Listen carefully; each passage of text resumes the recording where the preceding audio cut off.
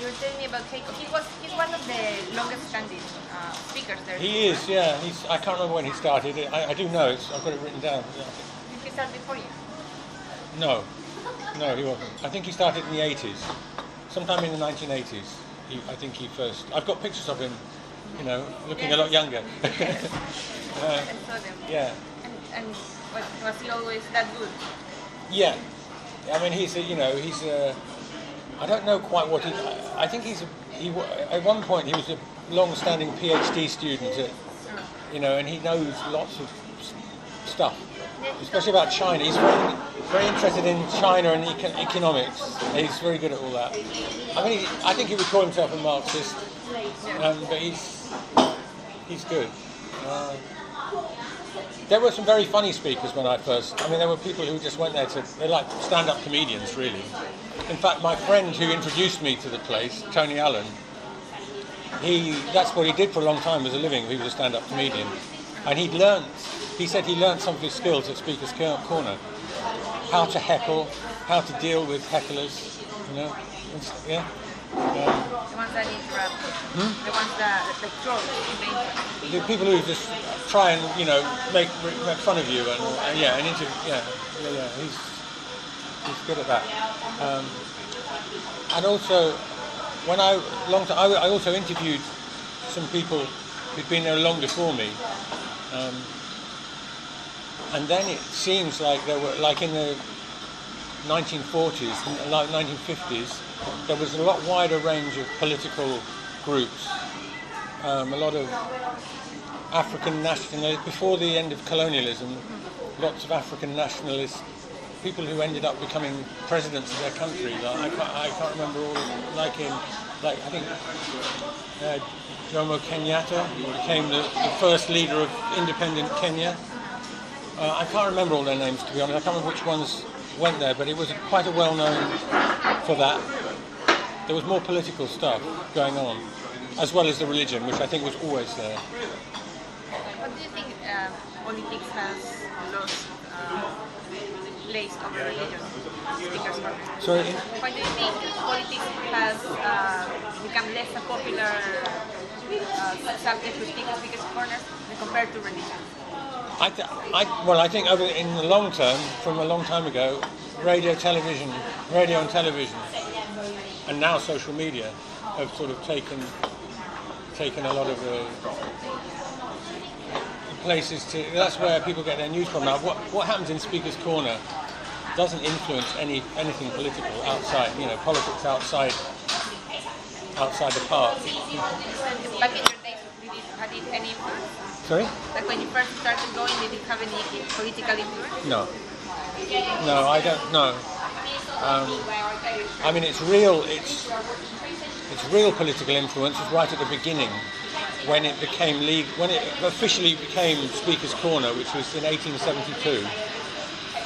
That was a very political act that had a lot to do with the politics of the time. It was all connected with the fight for the right to vote for women and for men who were not wealthy, or because very few people could vote back when it became Speaker's Corner. Yeah. And when did the Muslims start being the majority of the audience? When did Muslims start being the majority of the audience? The last 15 years, maybe? 10, 15 years? Yeah. Actually, more. No, more. I remember doing a lot of, I think around about 25 years. 25 years. Yeah. Do you remember how it was? Do you remember how it was when they started coming? Oh. I mean, what was happening, you mean? Why they came? I'm not sure, but there's a big Arabic-speaking community, or communities, many of them, in Bayswater, quite wealthy. And they're not all wealthy, but quite wealthy, and I don't know whether that has anything to do with it. It's not far, it's walking distance from Hyde Park. And There's definitely a lot of wealthy Arabs there. I don't think the people who come to Speaker's Corner are wealthy, but I don't know if it's connected. I don't know. But do you think these, you think Speaker's Corner can represent like the sort of topics that are now the main topics now in society? Because you don't see Brexit there. No. No, you don't see that. Though you see, there's one or two very odd people who very much against the European Union. But no, Brexit isn't the thing. It's Islam versus Christianity is like the big. You see the same things every week. The same people are saying the same things, or looking things up in the Bible and the Quran and saying this is silly. How can you have three gods? You know, and all sorts of the same arguments every week. And they don't seem to be very religious people, right? Yeah. I don't know, like there are a lot of young men. Yes, it's mostly men. Yes. Actually, it's always been mostly men, but the Islamic stuff is very much men, only men. I think the argument. Yeah. How do you think not many women go to Speaker's Corner? I mean, there are some women who speak, but very much mostly men. It's very aggressive. I mean, it's people letting their anger out. A lot of it is. Some of it's quite clever. Do you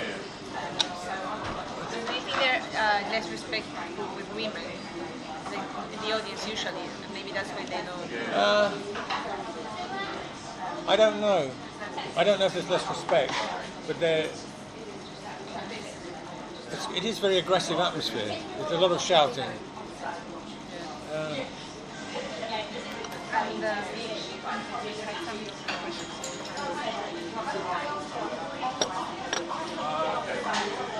What do you think there isn't much bibliography about? What do I think? There isn't much bibliography, like documents about speakers. Yeah, I don't know. I mean, there is very little, actually. It's very strange. I think my book, it's one of the few, there's almost nothing that's just about Speaker's Corner. Tony Allen has written a couple of things. He's a friend of mine who's spoken there since the 70s. He's written, they're published by a very small publisher. There's one book called Summer in the Park. That's a description of his experiences over a summer speaking in the park. And I'm not sure what the other one was. I think he wrote another one. There's also an archive at the Bishopsgate Institute. Oh, Yeah? Do you know it? I read about it the other day. They have a lot of my photos there, and I was involved in. They compiled. They've got some tapes, recordings, and that sort of thing. And have you looked on YouTube? Yes. Because that's new to Speaker's Corner. Since over the last couple of years, maybe, first of all, I saw one or two people videoing. Then everyone's videoing, and people are having a conversation. They're both videoing each other, and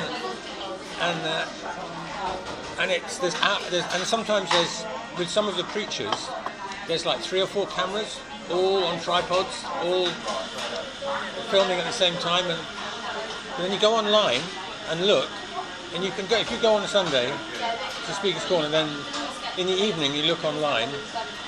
There'll be 10, 15 hour-long videos, unedited, terribly shot, with people shouting at each other, and they'll have had 20,000 views already. It's extraordinary. It's new, and that's new. Do you think this has changed the dynamics in Speaker's Corner?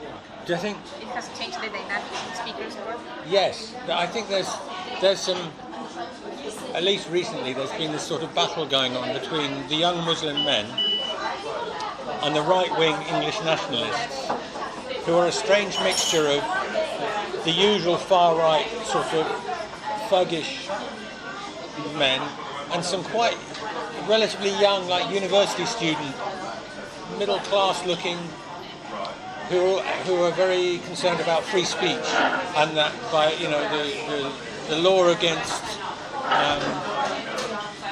against Islamophobia is restricting their free speech. So. And they have their own channel.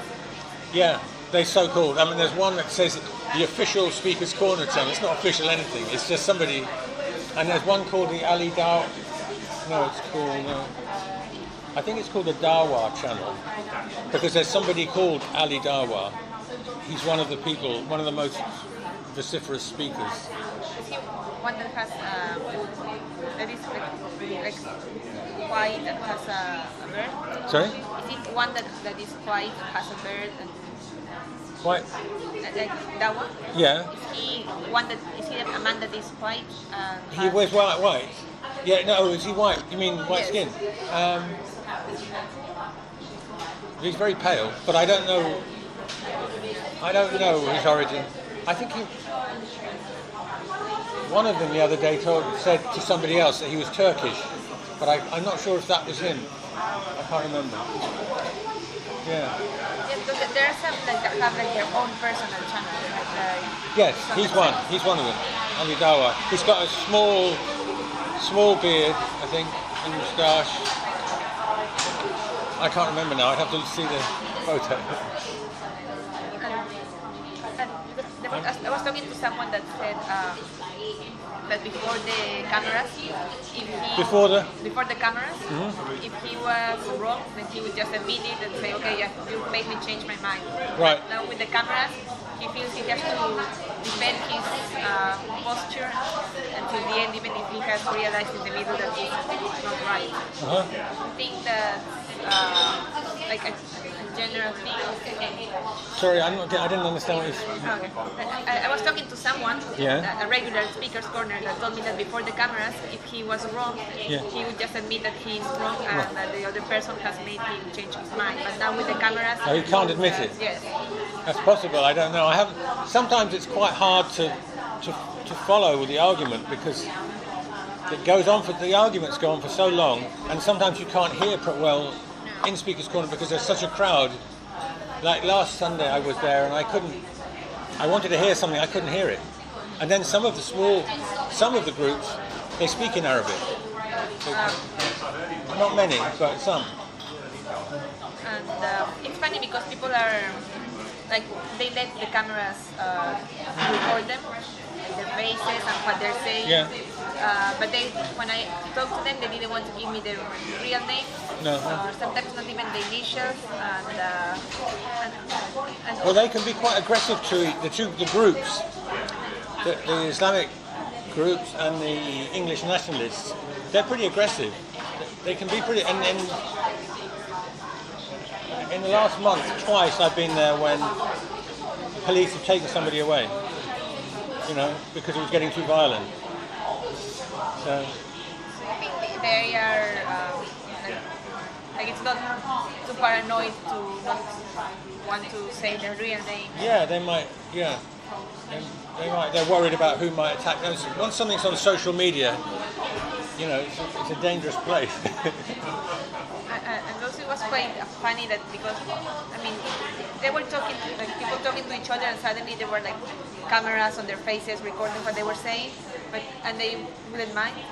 But if I were like writing notes, everyone was like, "What are you doing? Why are you taking notes? Who are you?" You just have to say, "I'm doing what I." Yeah, but like I don't know, like normally I would be more worried about someone recording me than someone taking notes. No. Yes, it is different. I mean, one of the things that was always quite easy about photographing there was that everyone had a camera. Even before, not video cameras, but tourists were always there with cameras. So if I came with a small camera, I mostly didn't get noticed. I could be. That's still true. And now everyone's filming everyone. So I was just trying to find out. I think I've got on. If I find on my website, I can get. I've got a photo of that Ali Dawa. I don't know. It'll just take me a minute if you want to see it.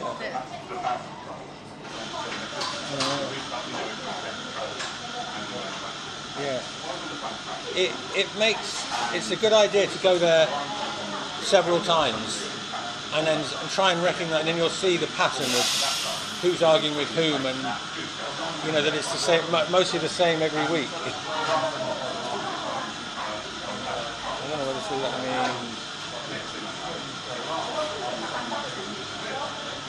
It's a bit slow. Yeah, I'll wait till it's just being slow.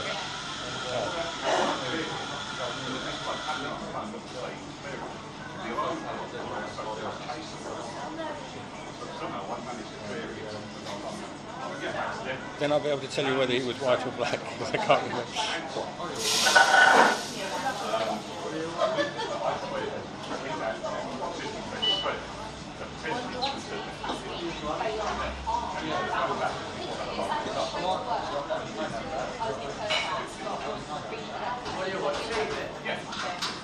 This guy, he's Ali Dawah, and he has a channel called the Dawah channel. And a lot of the other people seem to sort of, some of the other young men, they sort of look up to him as, you know, as he's their leader or something. I don't know. I don't really understand all that. He's one of the leaders here. Yeah, he's one of them. Yeah. There's one that I find a bit aggressive. And the other one, another one.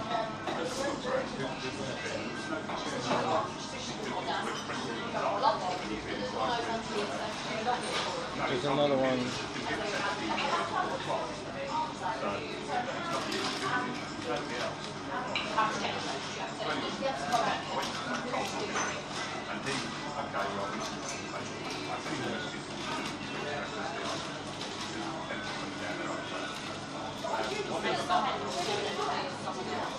This guy's another one. He's been going there for a really long time. I've just forgotten his name. I can't remember his name, but he's also an Islamic speaker, and he's been going there at least 20 years. Yeah, when he was quite young. Yeah. And I can't remember his name, unless it's. Did I say on here? Mansour? Huh? Mansour? That's it. Yeah. What do you call it, Mansour? Yeah. Oh, what's that? What are you looking at? What have you got there? I was at YouTube. I was trying to look at the videos. One guy that I wanted to ask you about, but I don't see him.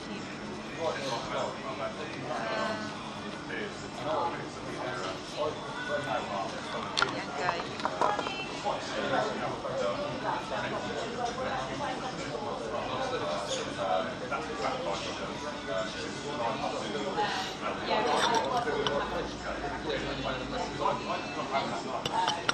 So you can see how many videos there are.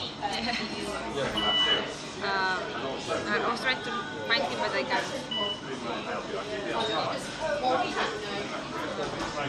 This one.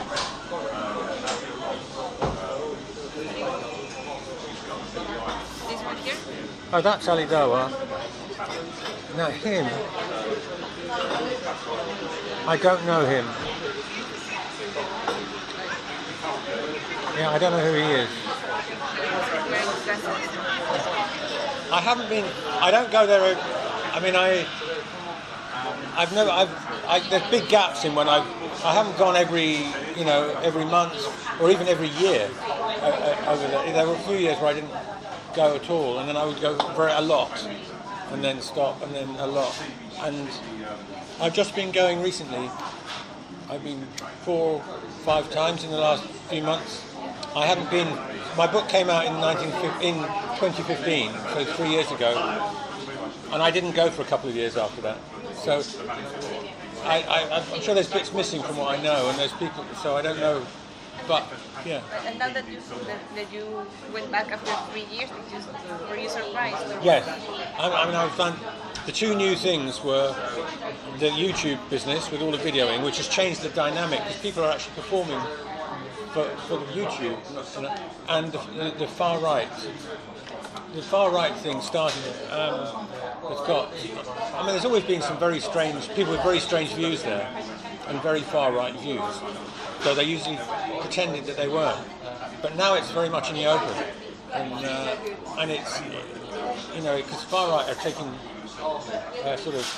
there's more of it everywhere now. In Europe, in America, in Brazil, everywhere.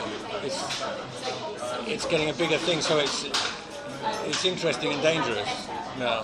Do you think it is a place where there are like real dangerous radicals? No. Corner? I don't think so. I think they go there to shout, and that releases their energy. I don't think so. I don't know, but I'd be surprised. I don't think they would go out there and make themselves so conspicuous, you know. And do you think people have become famous at Speaker's Corner? No. Well, maybe in a small through YouTube in the circle. I don't know who these people are who look. 23,000 views in 5 hours of really badly edited or not edited video. Just and it's out of focus and your sound disappears and the camera's moving all over the place. So many people watch it. It's extraordinary. I don't understand why. Maybe people from other countries are watching. Could be. Yeah. Someone was telling me that, especially in the Middle Eastern countries, it's very popular because you see, like they don't have, like for them, But they don't have like a place for Christians and Muslims to shout at each other like that. No, right. So that's why. Yeah. And how was the reception of your book? Huh? How was the reception of your book? It got a huge amount of publicity. I had a double-page spread in The Guardian, the BBC put stuff up. There were newspapers from all over Europe wrote stuff about it, but it hasn't sold very well. It didn't sell well. It wasn't. It was published by a publisher that wasn't a specialist photography publisher. It's a history. It was called a history press. So, and it doesn't look great. The printing isn't really, like for a photography book, you would get much better quality printing, but the book would be much more expensive than to buy. It was a play-off, but it hasn't sold very well. But it's had a lot of publicity. And I've sold photographs as a result, which is good. And did you say you have published other books too? Other books. The only other book I published myself, and it was a history of community action and development in the bit of London that I set up. I said I set up a community photography. It was a history of community action and campaigning in that area. And I did that. That was published locally, really. That's the only other book I've written. Yeah.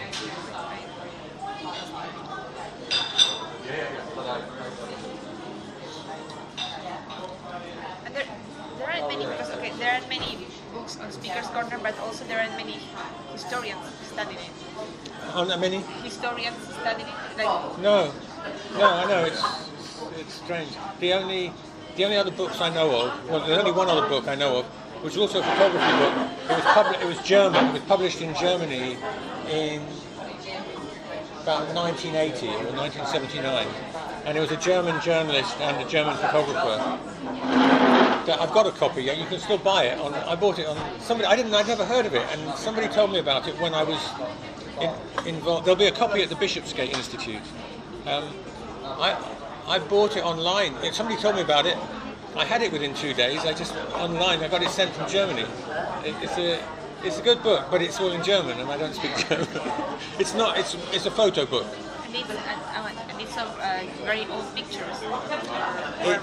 They were all taken just around the time that I started. So around 1977, 78. That's all of the pictures were taken then. Yeah, and apart from that, there's a couple of very old speakers, long dead, from the 30s or whatever, who published autobiographies about speaking, and I've forgotten their names.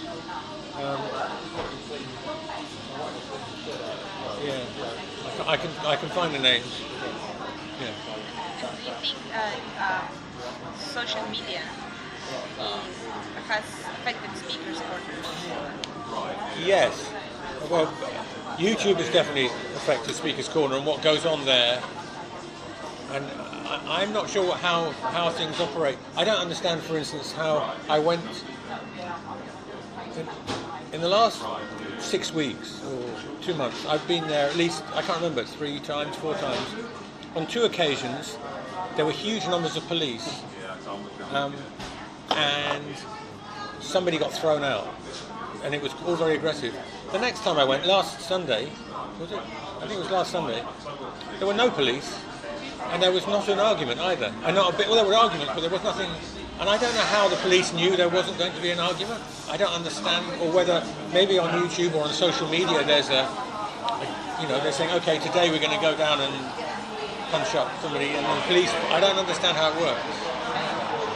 But yeah, so I think social media actually is another place where people can shout at each other.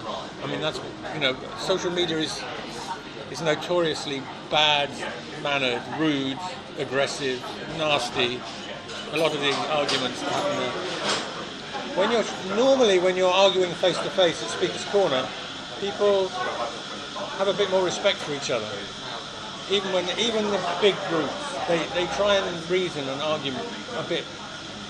Some of them do anyway. Has it always been like that there were regulars and that they knew each other and that they looked for each other to argue? Yeah. And what do you think the profile of these regulars are? You mean what do they do? What do they do? Yeah, or when what they're do they need or get from Speaker's Corner?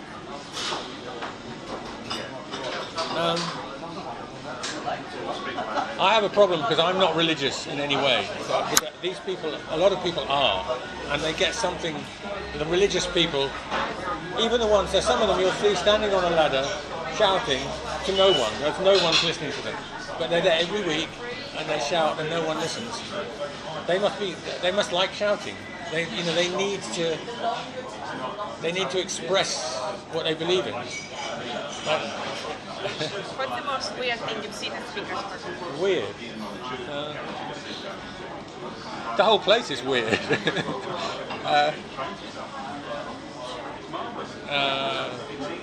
I can't think. The most violent thing? Violent.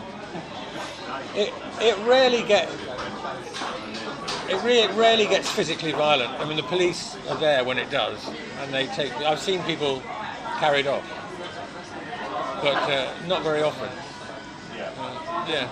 And has it always been, because now they usually, speakers usually stand in this area. Was on the cycle path. Yes. Yeah. It's always been, does that change too, or has it always been like that side? No, officially in law, the speaking area is huge. It's the bit immediately when you come in the park where there's actually some new display boards there with a little exhibition. Where they put the carpets to pray. No. I don't know where they do that. I haven't seen that. I come from Marble Arch, Yeah. and then I cross, and there's the fence of the park, and And then there's the corner. there. Oh, I've not seen that. And yes, they pray here. There's someone selling books about Islam. Oh, that's outside the park. Yes. Okay, I don't know that. No, just inside the park, there's a bit with a couple of 3 display boards. They're new. They've only been up a few weeks. They've got some pictures of mine on them. And then you go through the trees and onto where the grass is. That's the main area now. But you're allowed to speak on the grass as well. That goes a long way, really a long way. But people are rarely on that part now. And they don't go on the first part because the traffic noise is very loud.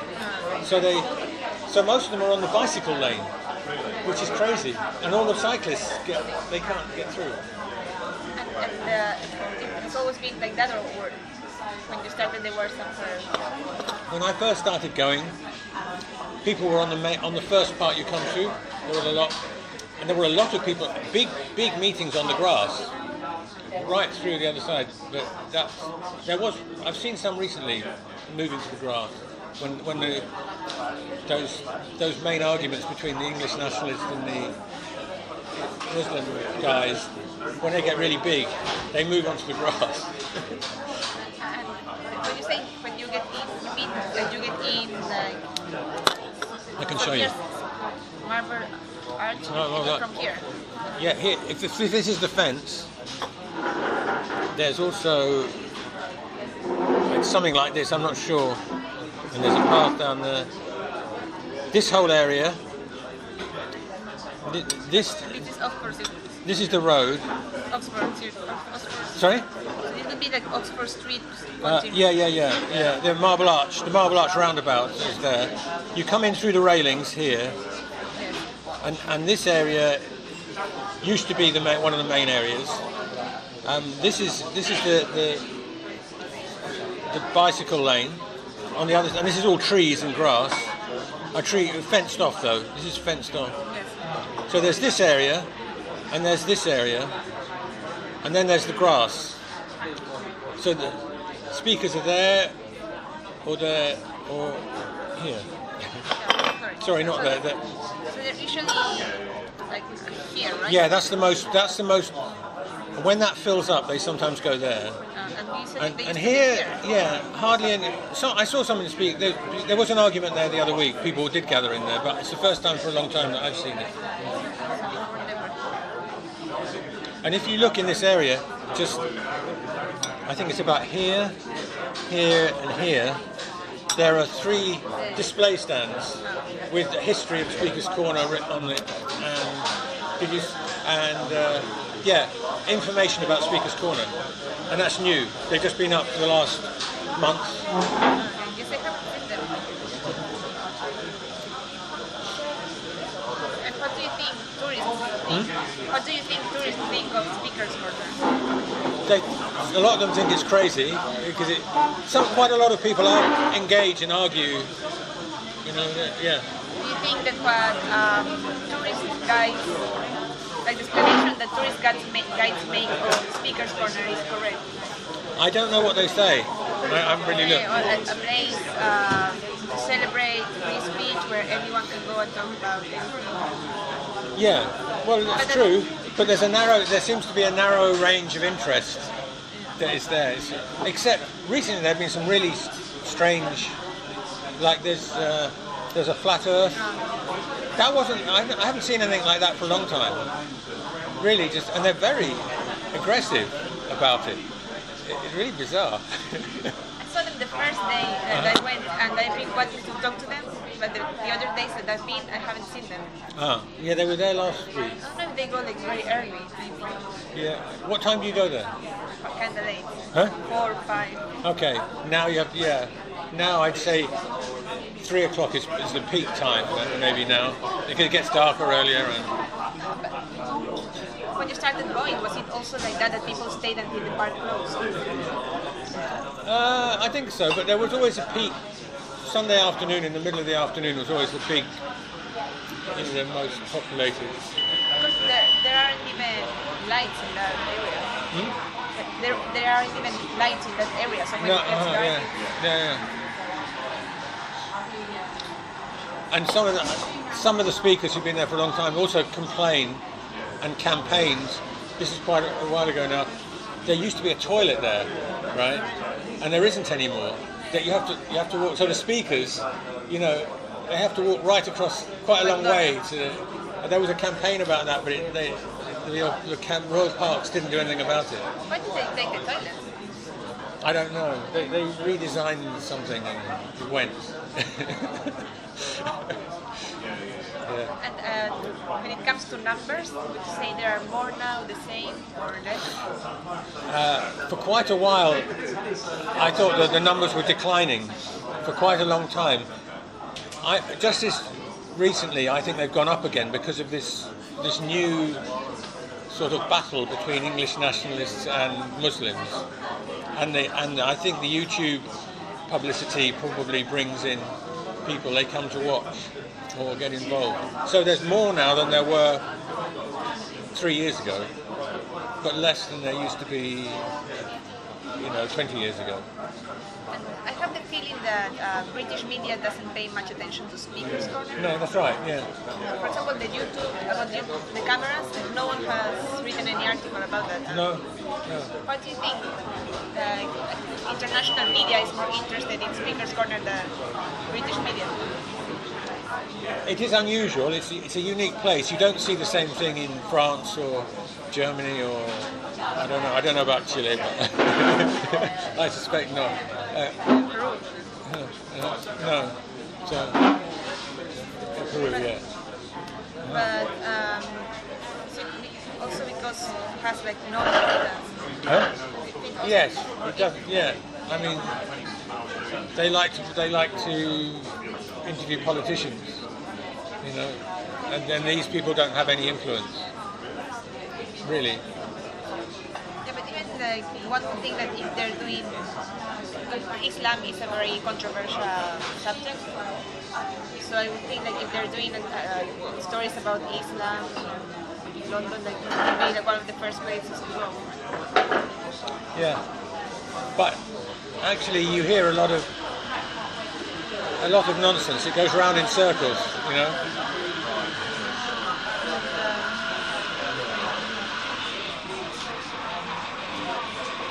I have everything.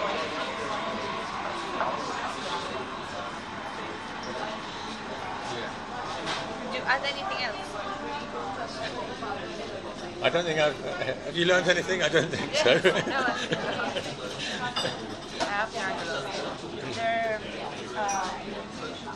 especially what I was interested is about the past, because there were like many people saying no in the past. This was like a place where you could hear Yes. very smart people. Yes, I think you could. Yeah. You could. Not anymore. Apart from some, like Heiko Ku, I think is good.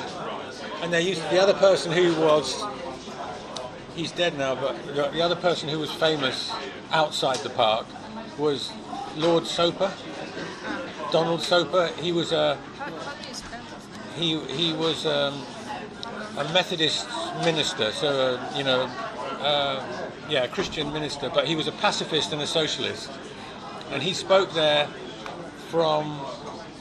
he first spoke there in 1926, and he died. He spoke there every Sunday until he died in 1996 or 7.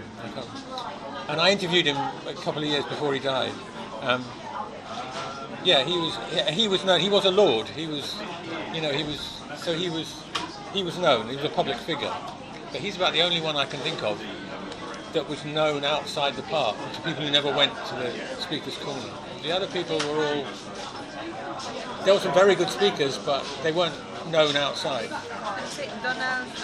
Soper, Soper, Donald. Yeah. Yeah. Do you think there are people making money right now with Speaker's Corner?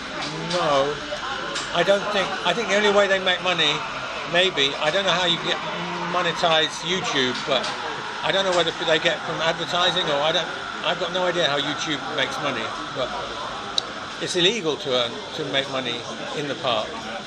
You're not allowed to charge anything, or it's against the law. Because there was one. I only read about this. I never knew it. One of the old speakers from way back used to give racing tips, like horse races. They'd give information on betting, but they'd have to go outside the park railings to change money. I don't know how it works. A long time Or to say you can't sell newspapers in there, for instance. You can't sell left-wing newspapers. George Orwell wrote about that. He wrote a little essay. You read it? Do you know it? No, I mean, I read in articles some quotes of him from the park, but I didn't know he had written an essay. He wrote a small piece called Freedom of the Park. It's a good little, it's only like 2 or 3 pages. And Freedom of the park. of the freedom of the park. And the reason he wrote it was published in a newspaper, and he wrote it in defense of some left-wing newspaper sellers who were selling their newspaper in the park and were arrested. So So he wrote that, I can't remember when, it must have been late 1940s, I think. I can't remember when it was written. Yeah. And are there any unwritten rules about the park? Like Any unwritten rules? unwritten? Rules? Yeah, like sort of like, I mean, that sometimes like Actually, the rules about what you can say are exactly the same as everywhere else. There's nothing different about it. I mean, among the speakers, are there like Oh. some things they respect or don't respect? No. But right now, if there's any, in the big arguments, if there's any, incitement to violence, the police will stop it, take them, arrest them. Yes, I think there was a guy from Malaysia or Thailand Oh, was, there's a Japanese guy called Tan. yes, Yeah, he got arrested a few weeks ago. yes. Yeah. He's crazy. I was told he was banned from the park. Can you be banned from the park? I don't know. I don't know what actually happened. I don't know whether he was arrested formally or just taken away or whether he was charged. I don't know. But I know.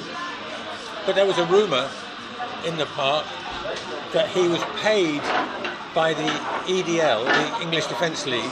You know, English Defence League is the sort of the right wing. It's a very far right English Defence League. Tommy Robinson? Yeah, I was like, Okay, yeah. So there was a rumour that they were paying Tan to get arrested. They wanted him to get arrested so that they could say, look, we're being persecuted. So that was a rumour. I don't think it's true, but, yeah. But I mean, so Speaker's Corner doesn't have much influence in politics, but the far right has used to gain some notoriety, right? Yeah. I mean, they sort of decided that, the free speech should allow them to say what they like about Islam, and they think they're being silenced by the authorities. So Speaker's Corner, they've taken up Speaker's Corner as their, they're trying to make an impression. I have a feeling that like the few times that Speaker's Corners has been on the news lately, it has been because of them. Yeah. There was a big fight. I didn't see it. I missed it in March. With Kiko. Huh? With Kiko. Yeah, and he got pulled off his ladder. Yeah. I went the week before. There was a small confrontation, and I somehow missed that one, which is a shame. He said he did it on purpose, like, to provoke them, so that they. Who? Kiko. He did it on purpose. Yes, he wanted to be. Did he say that? So, to show that they weren't really respectful with Yeah. free Free speech. Yeah, he's good. Thank you very much. That's all right. I hope it's useful.